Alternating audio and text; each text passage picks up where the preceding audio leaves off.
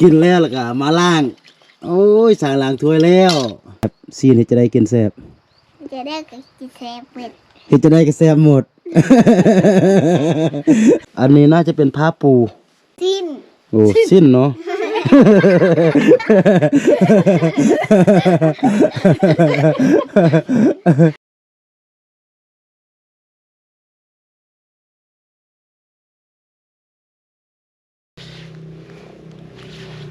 กราบทักทายสบายดีและสวัสดีเด้อพี่น้องบ่ว่าจะอยู่ในประเทศและต่างประเทศเนาะกะขอยินดีต้อนรับเข้าสู่ซองครูดอยอีกคือเก่าคือเดิมนะพี่น้องกะเดี๋ยวนี้เนาะครูดอยอยู่ที่บ้านของไอฮักเนาะพี่น้องเนาะก็คือบ้านก็คือเมืองพร้าวดมแขวงบ่อแก้วพี่น้องเอ้ยเนาะกะในคลิปนี้เนาะก็คือครูดอยจะเดินทางไปหาน้องตูนตอกแล้วก็น้องลิ้นท่อนพี่น้องเอ้ยเนาะนี่ก็ตัวนี้เป็นข้าวคองของครูดอยได้แล้วก็ของจะไปให้น้องลิ้นท่อนแล้วก็น้องตูนตอกพี่น้องเอ้ยเนาะนี่ทางหน้าทางหลังเต็มยังมีกระเป๋าเป้อีกอันนึงพี่น้องเนาะ ก็คือรถครูดอยนี่บรรทุกนักตลอดพี่น้องเนาะนี่เดี๋ยวครูดอยจะพาพ่อแม่พี่น้องไปประชนไพ่นะพี่น้องเนาะก็คือตามระยะเส้นทางที่ว่าเราจะไปพี่น้องเอ้ยก็เป็นทางลูกทางเป็นทางดินแดงนั่นแหละเดี๋ยวจะพาพ่อแม่พี่น้องไปประชนไพ่แล้วก็เป็นแนวแรกก็ค่อยไปพบไปเจอกันอยู่ที่บ้านของน้องลิ้นท่อนแล้วก็น้องตูนตอกอยู่พุ่นเลยเนาะมืดชิดเลยพี่น้องบ่เห็นทางเลยโตอะไรมันจะขนาดนี้ฝุ่น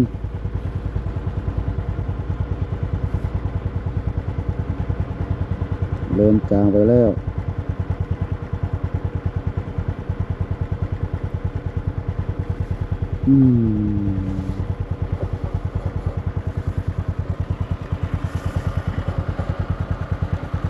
ก็ข้างหน้าก็ยังมาตีน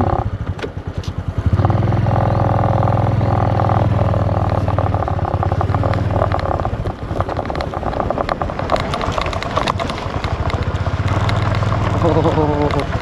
คุณมีชิดเลย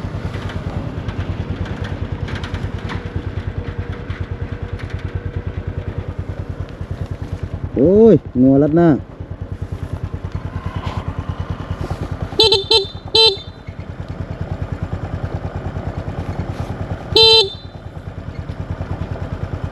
มาอีกแล้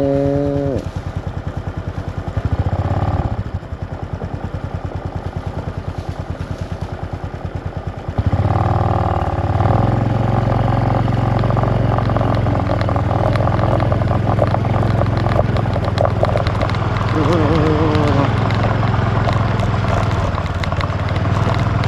โอ้ยไม่เห็นทางเลย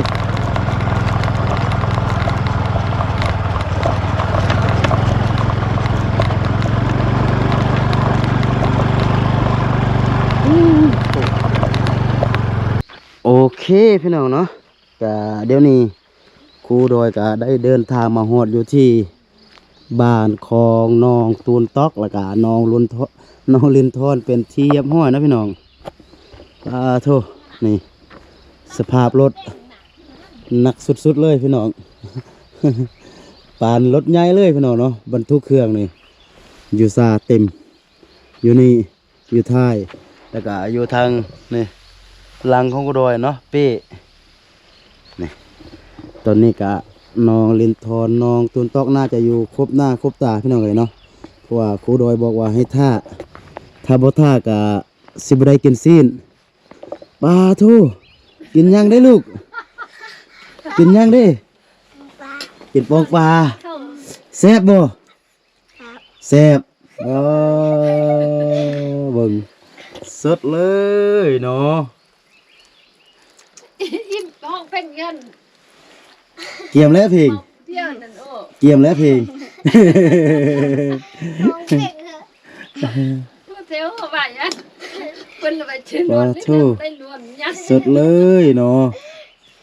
เข้าใส่โอ้โถกินมันลายเนอะได้ใหญ่ไวๆจะได้เป็นสาวไวๆแหละจะได้สวยเวียกแม่อิ่มแล้ว ทัน ป้าว่าจะซื้อยาดีไอให้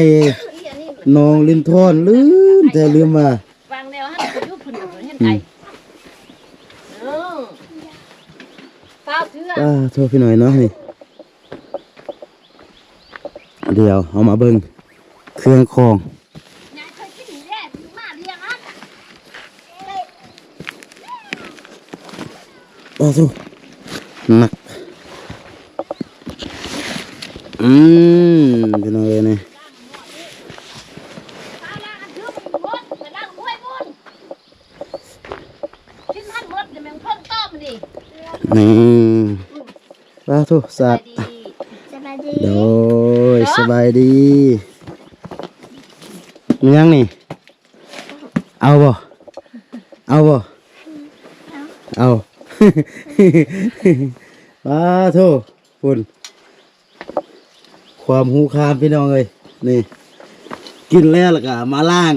โอ้ยสั่งล้างถ้วยแล้ว ล่างหมด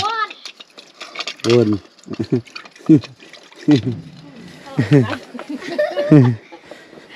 มาไผสิเอาเครื่อง โอ้บ่ดีวะลูกไอ้ยังบ่ดีเท่าวะ เลย อยู่พุ่นเขาบ่ใครว่ายาวะลูก ไอ้ มัน ใช่ ได้โลมันกินอ่านนะฮะมันขึ้นลำตีนะไอ้ก็ไปทักทิมเยอะ ตุนตอกเอาบ่เครื่องลูกเบาที่เครื่อง ไปที่แม่ โดย ไปที่แม่ลูกแม่ สบายดีก่อน สบายดี โดยขอโทษ ไปที่ลูกเขียว จิ้มเคี้ยวเลย ไปที่ลูกเขียวลูกเขียวห่างอีก เดี๋ยวโซกมีดก่อนโซกมีดมาตัดนี่ก่อนพี่น้อย ยืนเลยเนี่ยบ่วงอันนี้มากล้องไปหั่นกินแล้วล้างถ้วยแล้วล้างบ่วงบ่ล้างเดี๋ยวใส่หม้อพุ่นนึงแม็กไปล้าง เดี๋ยวจะเปิดเบิ่งเด้อว่านะอยู่ในนี่มันจะมีหยังเบิ่งบ่ตุนตอกเบิ่งบ่อยู่ในนี่มีหยังเบิ่งบ่อยากเบิ่งบ่เบิ่ง คนอยู่ นี่พี่น้องเนาะ มีคนเดียวนะ เดี๋ยวไปเอานั่นมากัน คนไป ถ้าวันนี้บ่สร้างเอาที่เนาะนี่โอ้น่าจะสร้างเปิดอยู่พี่น้องเอ้ยเพราะว่าทางในนี่มีซีนเนาะพี่น้องเนาะ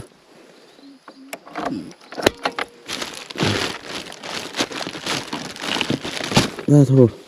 เปิดยากสุดๆเลย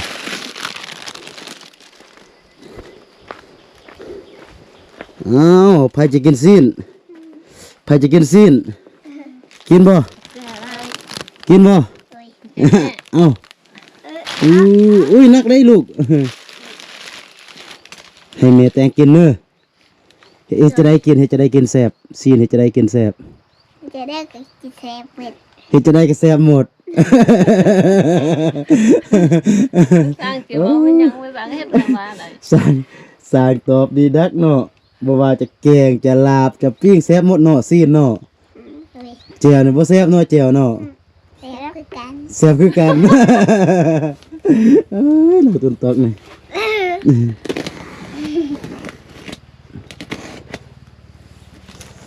เดี๋ยวเรามาเบิ่งเนาะว่ามันมีหยังเนาะ ตาย ฮะ แล้วมันมีกระต่าย มีกระต่าย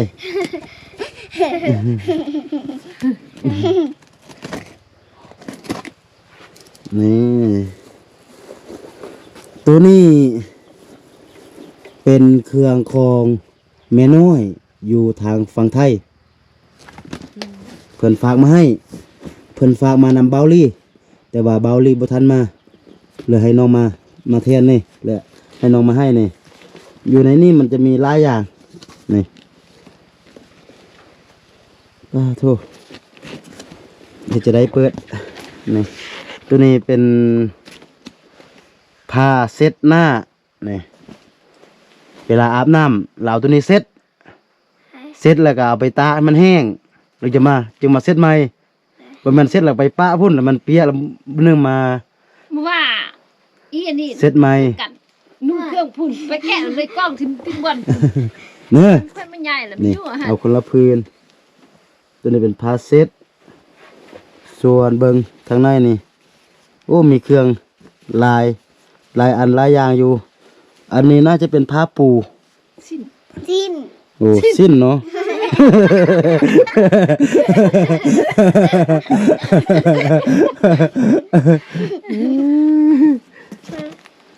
อันนี้เป็น อย่าดม ยาดมเนาะอ้าวหูก่อนตื่มเนาะเคยใส่บ่ลูกเคยใส่บ่ เอ้ยคงอยา ใส่ ก เห็นเขาใส่ อ๋อเอาดมเลย ของไทย โอ้นี่ไผสิเอานี่งามได้นี่นะ มีมึงอันนะกิ๊บตังมึงเอา นี่อันนี้ยางมัดผมอันนี้กิ๊บ ไปเห็นอิน อ่า เอา โถ่ หั่นกิ๊บ นี่ ตัง เครื่องโอ้มีหลายอย่างอยู่โอ้นี่โอ้โถเต็มเลยหน่อยเนาะนี่อุปกรณ์การเรียนโถอันนี้มันยังนี่ สวัสดีโซซี่ บ่แม่น โซซี่ บ่แม่น อย่างดี อย่างลึบเนาะนี่เอื้อยเพิ่นเข้าโรงเรียนเพิ่นฮู้ตื่นตกบ่ฮู้ ใส่นี่อย่ามีหยังอีกอยู่ในจกก่อนอุ้ยกัดมือ นี่อันนี้มันยังอันนี้ เต็มเล็บ มีตัดเล็บเบิ้งเล็บมือเบิ้งเล็บมือเบิ้งของน้องลินทอนเบิ้งของน้องตุนตอกเล็บมือยาวแล้วก็เอาเล็บตัวนี้ไปตัดเนอะส่วนตัวนี้นี่ตัวนี้น่าจะเป็นของเอื้อยติตุนตอกบ่ได้เข้าโรงเรียนเนี่ยเนาะตัวนี้แมนบิ๊กแมนปื้มนะพี่น้องบ่แมนบึ้มแมนปื้มแมนบิ๊กแมนซอแมนอุปกรณ์เข้าโรงเรียนพี่น้องเลยเนาะโธ่เดี๋ยวเฮาป้าพี่เนาะพาเสร็จเฮาก็ป้าพี่เนาะโอ้ยสาดนังหรือหนัง อันนี้มันสิ้นอันนี้มันส่ง บ้าจ้า หัวพ่อปู ลุงพี่หมูจะเอาพัดบ้านเราว่ามันภาพเนี่ย อันนี้เป็นยังนี่ส่งของอีเมเนาะอันนี้ก็น่าจะเป็นส่งฉันนะโอ้เคยอยู่ในนี่หลายชุดโอ้นี่มัน ปี ถุงปีไผสิเอา คน ของเอื้อยเข้าเฮียนเนาะ เอ้ย เปลี่ยน โธ่ เปลี่ยนข้อให้ ลายอยู่โอ้มี2อันอ้าวอู้อันนี้ของไผอันนี้นี่ เขาเห็น ให้เข้าเงียนเนาะมีเกลือพี่น้องเอ้ยนี่อันนี้ก็เสื้ออันนี้ก็น่าจะเป็นเสื้ออันนี้ก็เป็นโอ้ยอันนี้ก็เป็นเสื้อป้าโธ่โอ้ลายครูแท้นี่ของไผ่วะนี่อันนี้ของไผ่อันนี้นะ คู่ บู อยากได้บ่ เอา ปิน นี่อันนี้ของเอื้อยแล้วเนาะนี่เนาะ เอ้ย โอ้แบ่งกันเนาะ อันนี้ ผ้าดัง ผ้าเช็ดหน้าโอ้นี่น่าจะเป็นกางเกงอันนี้ทุ่งอันนี้นะ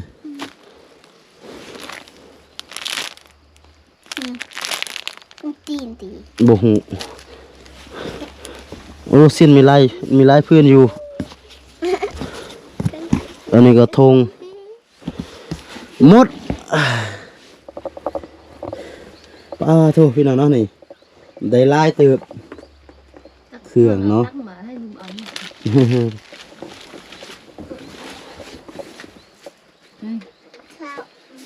ตั้งอันนี้แหละ ติดยัง มึงหันต้นกินแนวจานนี่แหละเสร็จตังค์พี่น้องเนาะน้องตุนตอกเสร็จตังค์จะมาให้ครูดอยนั่งโอ้ความหูความพี่น้องเลย ให้หนูหมดต่อไปกันไล่มันนึงนุ่งก่อนปังงานเข้าต่อไป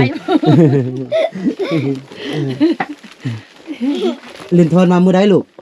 เอาวันนี้ มาเมื่อวานนี่ตอนเช้าตอนแรง มันคนเอายำๆจนหมดปุงป่ายจนหมดแล้วเอาเข้าอ้ายา เอาให้ย่า เลยเอาบักไล่ เอาให้ย่าบอนที่ว่า ย่ำมันนั่นอยู่เนาะ อ๋อโดยเอาให้ย่าบอนที่ว่าลูกไป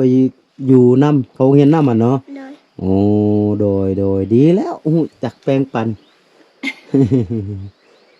นี่นี่ก็เครียดโอ้ย ตุนตอกเครียด อยากกินบ่พอเนาะลูกเนาะยานมันหมดเลยยานมันหมดแล้วก็บ่มีเงินซื้อเนาะ เราได้กินได้เดียวแล้ว ขนมมันตึงมาขึ้นไปเดีย เอา วได้ เข้า ขนมมาแหละขนม กินเขาไม่ได้กินแล้วมันแล้วมันเอาวางโตกินซ้ำทุ่งมันเอาเข้าบักไล่ยำๆเลือดแต่สีทุ่งปลาเลือดซ้ำปองกินหมด ปองปลาเรือ3ปอง ให้ตอนนี้ว่าผู้นึงท่วงเที่ยงกันหั่นพี่ตอกแค่มันมวยไปแล้วตอกที่สุด แบ่งกันติของตุนตอกต่างหากของลินทอนต่างหากติ แล้วของลินทอนแล้วไปให้เข้าโอ้โดยถ้าบ่ให้เข้าผู้หนึงไปอยู่น้ำเข้าก็บ่ให้กินข้าวลูก ซีนเข้าเอาไว้แล้วเข้าไปใส่จีจงไว้ให้มันได้กินแท้ ลุงบอกโอ้บ่ยันเขาสั่งน้ำนะฮะ นะคุณจะไม่ได้กิน เจ้าขี้เจ้าแค้นเลยเนาะตุนตอกนี่สุดเลยเนาะพาเฮ็ดบ่ดีน้ำน้อยหนึงแล้วแม่นเจ้าขี้เจ้าแค้นเลยแหละเนาะ ว่าแหละ เตรียมแล้วเพลงมื้อนี้ ไปงานเลี้ยวหนูทกปงปลากินข้าวเนี่ย เอาบ้านทัดมาถึงกับย่องห้องเพลง พาเจอนั่นโอ้ผัดใส่มาแล้วห้องไปอยู่ ข้าวห้องเพลงมันนี่ก็เอาปัดฟึ่ง เราไปเราอยากร่วมเด้ ช่วงนี้บ่ได้ไปไสกะ หมอมื้อนี้ว่าอยู่เบิ่งชุดไทยนี่น้ำข้าวนี่มื้อวันนี้ค่อยมื้อคาดมามื้อตาค่ำมื้อวันนี้ย่างมื้อย่างมาโอ้ โอ้โดย นี่ เป็นจะได้ มาเมื่อยเนี่ยเขาก็ส่วนไปเอาน้ำเพิ่งน่ะหนูมาทิ่มห้อยอยู่หั่น เป็นจะได้ใบยกง่ายไปยืนให้เขาแล้วติ ยังบ่ได้เบิ่งเทื่อนี่มันในบ้านนั่นเมา ในบ้านเมา เขาในบ้านไว้แล้ว แต่ว่า เอไปในบ้านให้ใบหั่น แต่ว่าบัตรใบเนี่ยเอาให้ในบ้านแล้วเนาะแต่ว่าเมื่อวานในบ้านยังบ่ทันได้เบิ่งเพราะว่าในบ้านนี่เมา ไปงัดน้องเขา โอ้ไปงานดอง ค่อยก็มาฟ้อ มั มัน น จะเป็นยัง เป็นยังได้ลูก เป็นยัง ย้อนมาฟ้อในบ้านน่ะโอ้เขาไปถึงส่งผู้เมียไปงัด เมื่อ น้อง บ้าน เขา เห็นส่งเอาเหนียวเมาเลยนะแม่เอาเหนียวน่ะ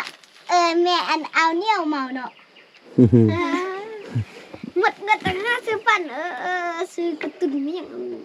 มาให้กินน้ำปั้นหั่นวันนั้นหั่นน่ะแต่ก้องเศร้าพัด เฮ้ยจื้อเฮ้ยจ้า บ่ซื้อให้ตัวบ่ยอมแม่ยากเถียแม่ยากเถียว่าซั่นน้ำปั้น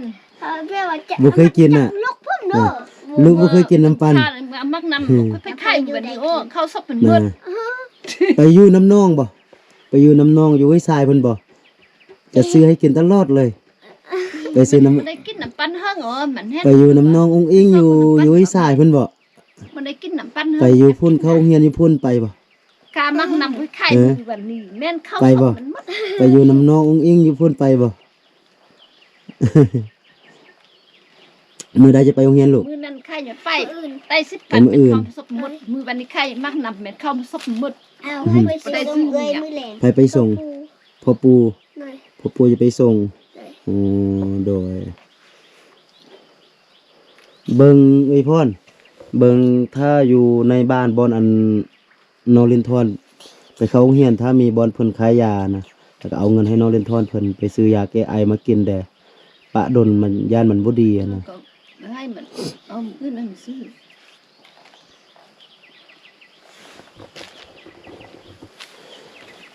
โธ่ต่างเครื่องป้าโธ่ค่อยมาต่างเครื่องความนักตอนนั้นก็เป็นเครื่องค่อยที่ว่าจะเอาไปบ้านพุ่น ตรงนี้ก็คือค่อยวางแหละเป็นเครื่องของแม่น้อยอยู่ทางฝั่งไทยเพิ่นฝากมากับเบาลี่แต่ว่าเบาลี่บ่ทันมาเลยฝากค่อยเอามาให้นี่เพิ่นก็เป็นห่วงเป็นใยและที่สำคัญก็คือผ้าเช็ดตัวนี้ก็คือใส่เวลาอาบน้ำแล้วก็มาเช็ดแล้วก็มันเปียกแล้วมาตากไว้ให้มันแห้งแล้วก็จึงใส่ต่อนะ เฮ้ยพังแม่ป้ามอีเบาหันเบา แล้วก็ถ้ามันเจอแล้วก็ซักเนอะ น้ำนี่เบิ่งเครื่องหันน่ะอยู่พุ่นละอาบน้ำละบูซักเพิ่นบ่ได้อยู่ดู ไม่ยังบ่ซักตอนนั้นเขาก็ มึ มี งหัน ไป ไปอาบละยี่ล้างซักแล้วบ่ใส่ ยาบ่มีเสียบ เบิ่งไหมน้ำซุปน้ำปากมึงหันน่ะหน้าน่ะคือน่ะบ่สวย ล้างแล้ว อัน แล้วก็นึ่งข้าว เดินทอนลูกไปอยุพุ่นนี่มันเครื่องลูกนี่มันลูกซักเองหรือว่าอันแม่ย่าซักให้ ซักเอง เขาบ่ซักแน่ ลูกซักเองวะ เลย โอ้ ค่อย ส่วน ปานเป็นค่อยเปียเหาะมาซักนี่ ของครบของกินเด้แต่ละมื้อนี่ลูกมากินหยังแท้อยู่พุ่นนะ กินซีกินปลากินฮอกกินนู อืมโดยพอปูไปซอกติ มันยังได้กินก็ได้กินมันยังได้กินก็ได้กิน อืมก็ดีแล้วของกินนี่ก็บ่ขาดติอยู่พุ่นน่ะ เลย โดยก็ดีแล้วซั่นน่ะ อยู่น้ำข้าวนี่แค่เขากินน่ะเขาซื้อตลอดเขา โดย น้ำเดียวซื้อได้ มีแต่น้องตูนตอกเนาะอยู่พี่อดของกินเนาะลูกเนาะ นึ่งจีนนั่งกินละคือเขาวางแล้วหัน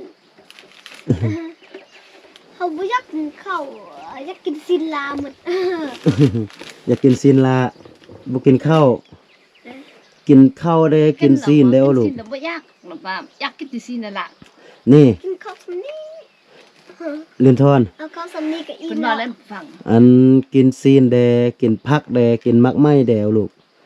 กินข้าวแดเฮาจะกินแต่ซีน มันแซ่บปะ กิน บักดุ กินซีนหลายบ่หนึงเป็นพยาธิเอาลูก ๆ จอย บ่กินซ้ำกินแซ่บมันก็กินมันก็ซ้ำนี่อีนี่กูจะยอมมันไปจ้อยแองแดงตอกมันก็จ้อยแองแดงแค่หยังว่า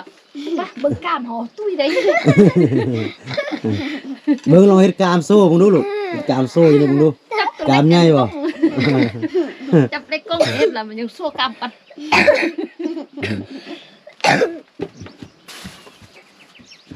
เบิ่งเวลาเอื้อยอ้ายแล้วก็บ่ต้องปีนหน้าใส่เอื้อยเด้ออย่านติดเด้อถ้าติดนี่ลำบากเด้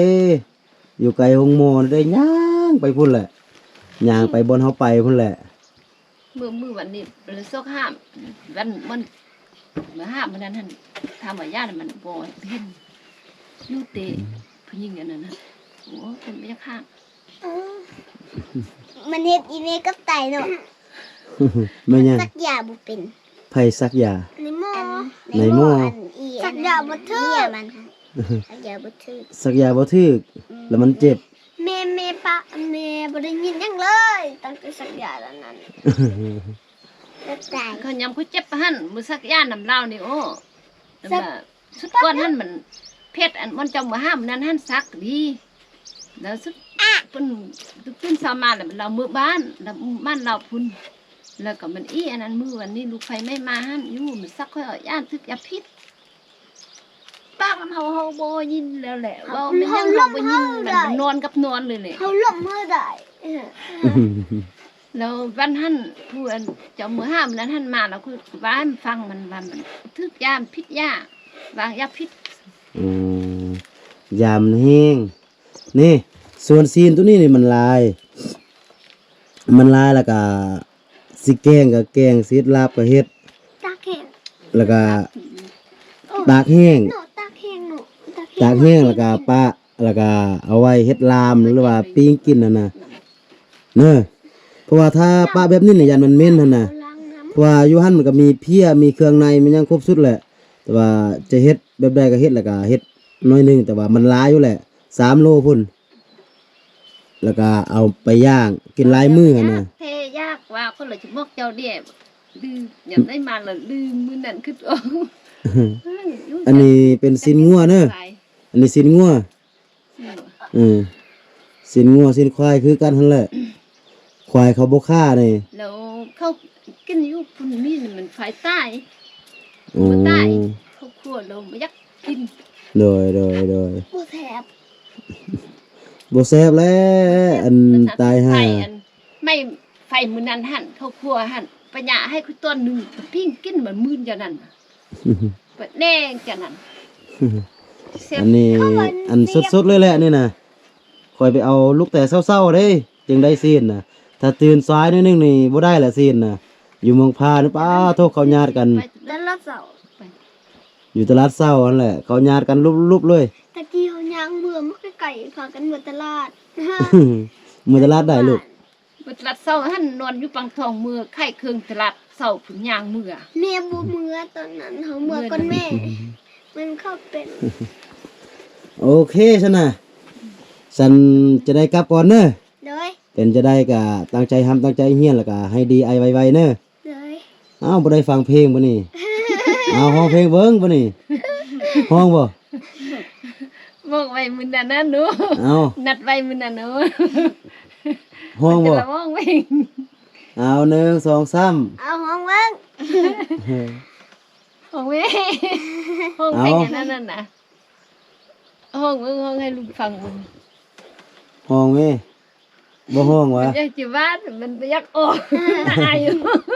บ่ต้องอายเอารับตาให้จังนี่แหละก็ห้องเลย นี่ถ้าบ่ห้องเพลงแล้วเทื่อหน้าอายมานี่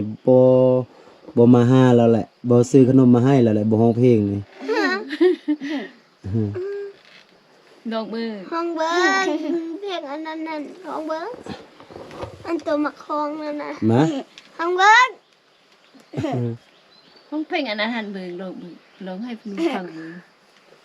เป็น เงอะเพียงอันมูมักคองวันนั้นมีอันนั้นตก สร้างบ่เป็นสร้าง สั่งเพียงพ่อหั่นแหละ เอาสร้างลำห้องมา ห้องเบิ่ง 1 2 3 ต้องหัวโหเล่นทอนลูกก็ต้องหัวโหน้องก็อายว่าลูกหัวนะ มาห้องเบิ่งลูกเฮ็ดจะได้ เฮ้ยเอาหนึ่งห้องเด้อเด้อ ของแม่ คือลักผมตัดผมน้ำมันตัดผมยัง มึงผมสะเกติบ่น คนไปคนมาฉันผมมันจะ ลักตัดคนเดียว แม่เขาตัดอยู่คุณเห็นนะ ลักตัดคนเดียว นี่ ตัดเดียวมันลู นี่ ก ตัดอยู่บนหน้าผาอยู่เฮือนหน้าผาเขาทิ่มกงลางหน้าผาตัดเท่า มาห้องเพลงบ่ห้องสิกลับแล้วเด้ หนึ่ง เทื่อหน้าบ่มาหาแล้วเด้บ่ซื้อขนมมาให้แล้วเด้ สอง กินขนมไล่กับห้องเพลง สาม ขนมมันเบิดแล้ว หนึ่ง ส่วนเครื่องละแม่นซักก่อนเด้อไปพรซักเบิ่งแล้วก็ตัวใดที่ว่ามันนุ่งได้ก็นุ่งน่าจะนุ่งได้หมดแหละ เสื้อเมย์เขามันนุ่งได้ใหญ่ปะโถนุ่งได้โอ้เนาะส่งสนุนนุ่งใหญ่เมย์นุ่งเครื่องเขาก็ได้ เดี๋ยวนี้ก็นี่ลินทอนลูกมักอันใดลูกก็เลือกเอาเลยเนอะ เด้อ เพราะว่าลูกนุ่งก็น่าจะได้อยู่แหละแต่ว่าต้นตอกนุ่งน่าจะยังบ่ได้เทื่ออย่างน้อย โอเคบ่ฮ้องแล้วเพลงฮ้องบ่ฮ้องน่ะฮ้องบ่ฮ้องฮ้องบ่ฮ้องมาฮ้องมาฮ้องมา เบิ่งตัวมาเมื่อกี้เราห้องเพลงดิดักน่ะอันแอลลันปัดมันน่ะแอลเป็นเล่นแอลลันปึ้งมันเขาแล้วปัด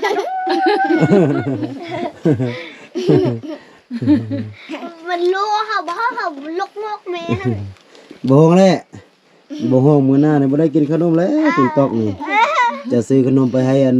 เล่นทอนอยู่บ้านพุ่นแหละบ่มาพี่แล้วแหละบ่ได้กินแล้วแหละข ห้อง น เพล ม ง นี่ เด้อห้องเพลงเทเด้อห้องเบิ่งห้องเบิ่ง บ่ฮ้อง ห้องแม่ห้องแม่หัวมันแต่หัวนั่นเบิ่งอยู่แค่เบิ่งแค่วมันเป็ ต้ น นตอกลูกนี่เดี๋ยวนี้นี่แม่นไข่ก็ดีแล้วเนาะตุ้มก็ดีแล้วเนาะไอก็บ่ไอแล้วเนาะไอบ่ไอแล้วที่ไอนี่ บ่ โดยมีแต่น้องเล่นทอนเนาะ เจ็บท้อง พี่บ่ออก ใส่มือวันเด็ดมาทำยิ้มเมียแต่บ้านนั้นว่านึ่งมันเข็มทางมันเอาหวานว่าเขาก็จะฆ่า บนใด มันแปะสมซ้อนมันก็ยามหั่นน่ะแยกทางอันเบิดทางนั้นน่ะทางเงิน อืม ทาง โดยโอเคสนะขอยจะกลับก่อนเด้อ โดย จะกลับไปไว้ชายพุ่น สวัสดีกับ สบาย โด ดี ย สบายดีกับบุกขัดใจสบายดีกับบุกขัดใจ ขอบใจหลายๆเด้อที่ฝากเครื่องมาให้เสียวลูกมา สบายดีหลายเด้อ อายุกับเบา เสียงมาให้ โดยโอเคสนะบายบายได้อบายบายได้อบายบายโอเคเนอะไอพรเนอะจะกลับก่อนมื้อหน้ากะถ้าหากว่าได้มากะจะมาเยี่ยมยามไหมกะบุ้งว่ามื้อใดจะได้มานะ ต้นเทียม น่าจะเป็นช่วงหลังสงกรานต์นั่นแหละเนอะ ต้นน้ำแข็ โอ้ ง ยไปดีไปตลอดไปเด้ โดยโอเคพี่หน่อยทุก